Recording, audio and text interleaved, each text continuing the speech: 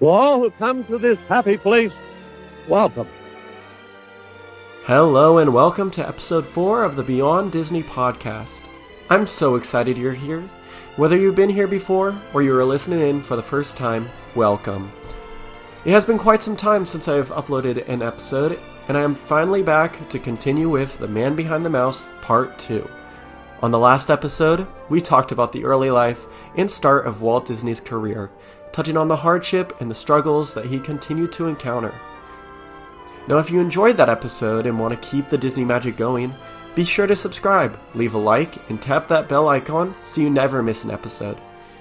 Today, we're continuing the conversation with a deeper look into the man behind the mouse, the visionary dreamer, storyteller, and innovator, Walt Disney.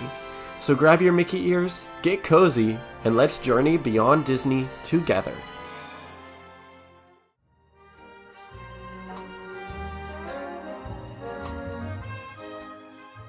In the last episode, we explored Walt's early years, and how he came from a very low point and built up from there, not by giving up, but by moving forward. And as we continue to move forward in this episode, we will be touching on Walt's life circa 1921 as he makes his way to Hollywood to live out his dream of becoming an animator and producer. Now, Walt Disney has arrived in Los Angeles with just a suitcase, a suit, and a dream. He takes residency at his uncle and aunt's house, Charlotte and Robert Disney. Charlotte was always sentimental and advocated for Walt, but Robert was like his brother Elias in many ways from temper and making a point to encourage Walt to find a job to be able to provide for himself in order to live with them. Walt took what he was given and went out inquiring many different movie studios to look for jobs, but each one turned him down. So as he struggled, so came the nagging from his uncle about his unemployment. So Walt decided to go into the garage and make his own animating table and what he could to begin producing short cartoon gags again. This time he had more luck as he reached out to Alexander Pantage, and Mr. Pantage responded to his inquiry, heard Walt out, and made him a deal.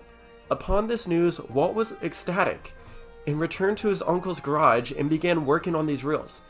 Now, upon working, he had an idea that he thought was an excellent opportunity, which was to continue working on his Alice comedies that he worked on in Kansas City.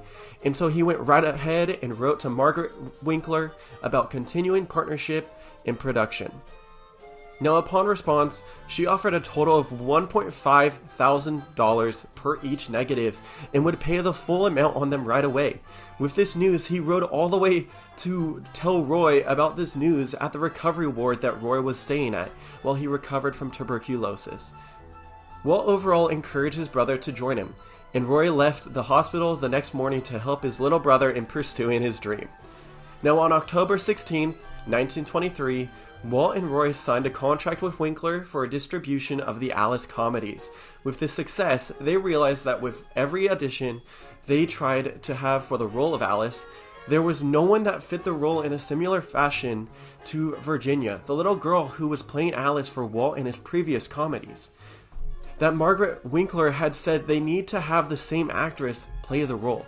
So, Walt inquired the family of Virginia to join them in California, which Virginia's father agreed, and they moved out. Walt and Roy found a rental space in the back of a real estate building where they could begin working. Upon taking the space, they hired 2 girls to paint the celluloids. Walt did the animating, and Roy handled the finances. Upon their success in working on the production of the Alice comedies, Walt was looking for more animators to help take on the extra work, and so Walt wrote a letter to his good friend Ub, who agreed to a $40 salary and moved on out to work with the Disney Bros studio. By taking in Ub, Walt was able to see a massive increase to the success and improvement in quality of the Alice comedies, yet the money flow did not improve, as Margaret had previously married Charles Mintz, who took over the company and cut back on their spending on the Disney Bros comedy reels.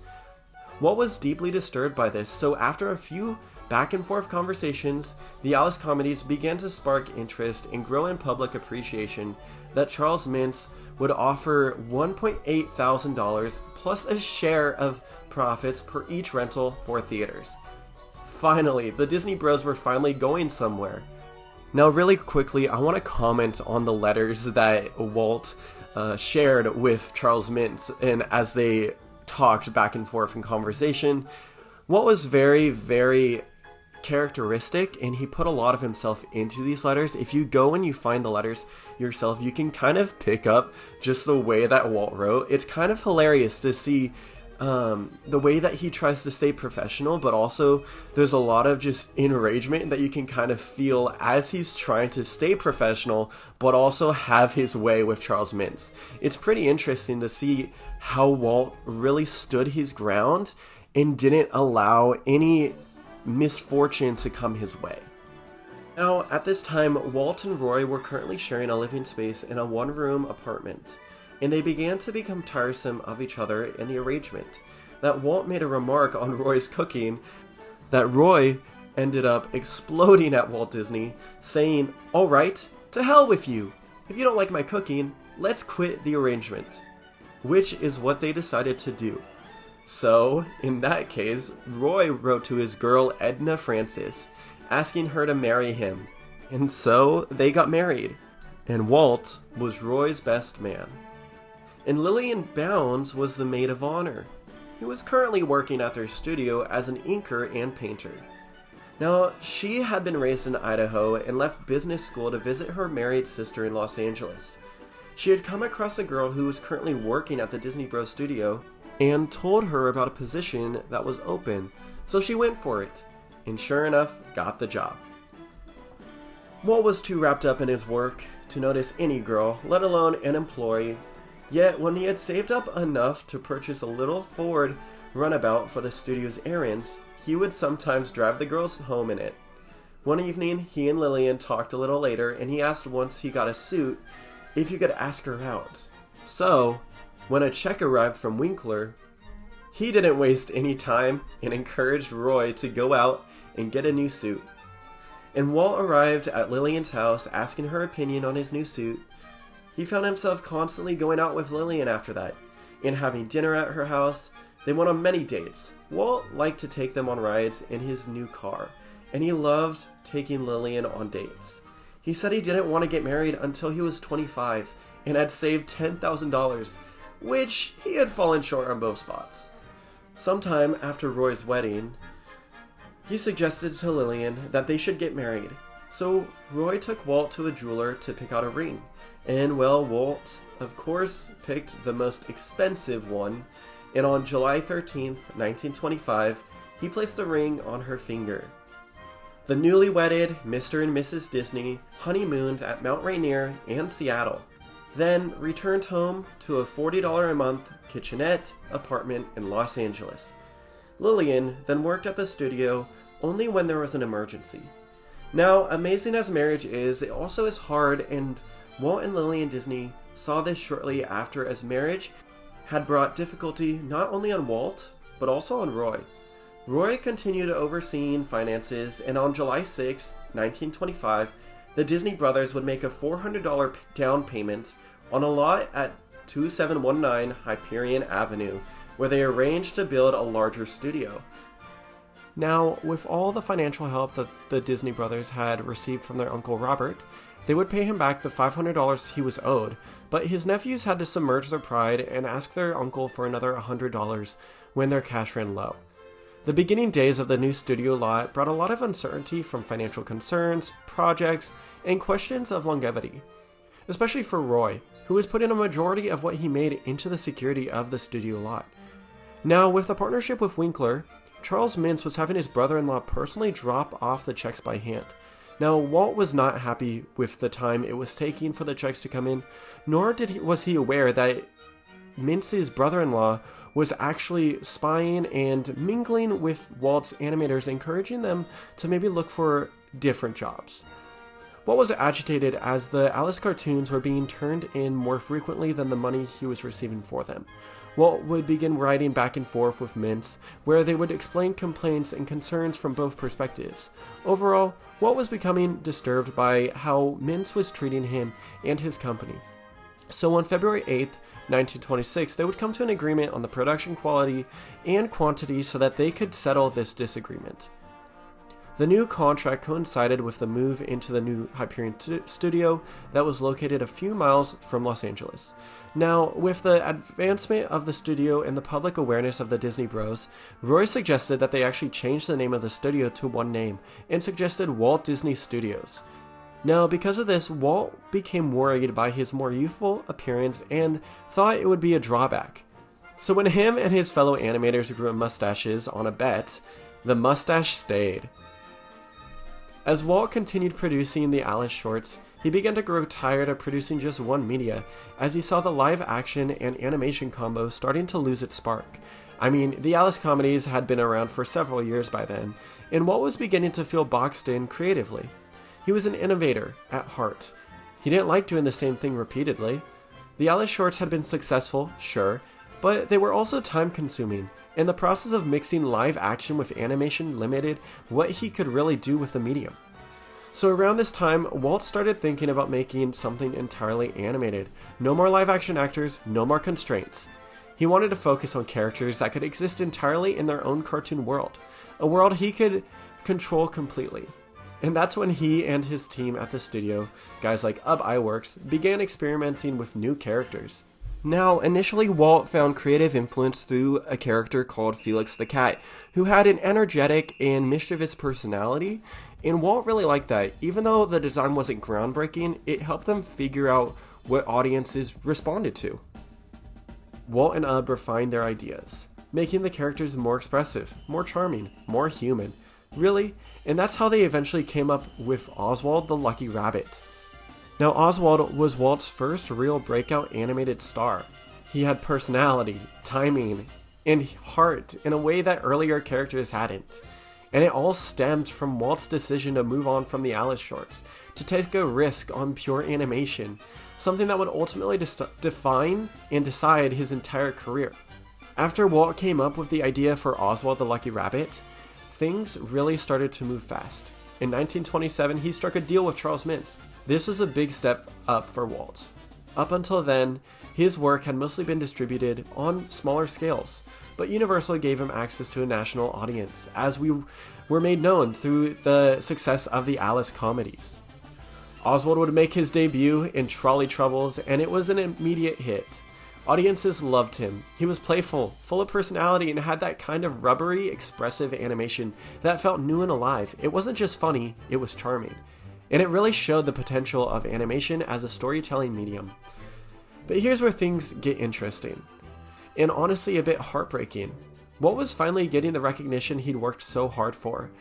But behind the scenes, trouble was brewing. See, Mintz owned the rights to Oswald, not Walt.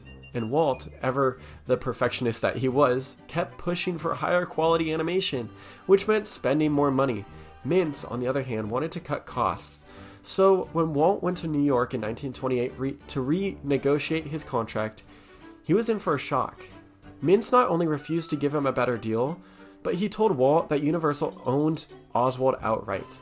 To make matters worse, most of Walt's animators had secretly signed contracts with Mintz to keep working on Oswald without him. It was a devastating blow. Walt had poured everything into that character, his time, his creativity, his heart, and just like that, it was gone. Now here's the part of the story that really defines Walt Disney. Instead of giving up, instead of going back home defeated like he did in the past, he used that moment as fuel. On the train ride back to California, he started sketching a new idea. Something fresh, something entirely his. That little spark of inspiration would soon become one of the most iconic characters in history, Mickey Mouse. Now, Mickey Mouse originally had different mediums that they referred to him as. Walt originally suggested the name Mortimer, but ultimately they decided upon Mickey Mouse after a more defined sketch of him. Now, Walt Disney for sure drew him and sketched him and thought him up with his imagination on that train ride from New York all the way back to LA. And we'll never for sure know what truly inspired him. Some say it was the mouse in Marceline. Others say it was through the defeat and the inspiration to combat Mintz and create something of his own to see the stability and the structure of his studio continue to flourish. And well, guys, that's what happened.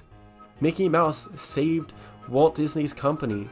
They made many shorts, and it became one of the #1 most iconic animated characters to this day in history. So ever since that train ride home, and the inspiration that Walt received from creating this idea of a mouse, we have received timeless comedies, timeless entertainment. We've been able to hug Mickey. We've been able to watch Mickey growing up. We've been able to wear Mickey Mouse. And ever since his first appearance on that big screen in Steamboat Willie in November 18th, 1928, we have seen how Mickey Mouse has become a popular and influential icon. And some will say it was all started by a mouse, but actually, it was started by a man that was behind the mouse. Thank you, Walt Disney, and happy birthday, Mickey.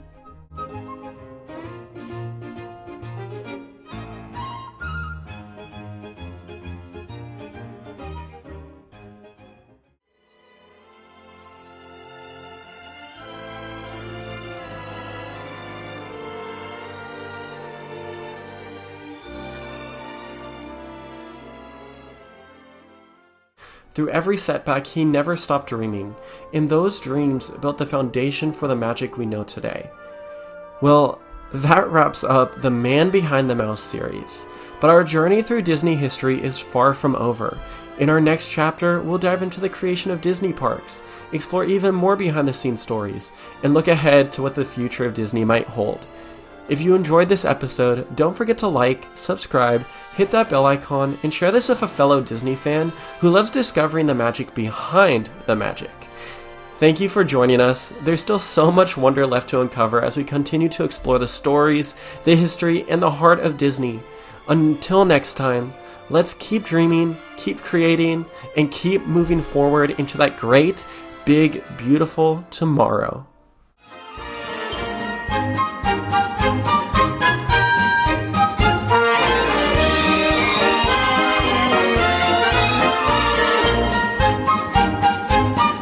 With the hope that it will be a source of joy and inspiration to all the world. Thank you.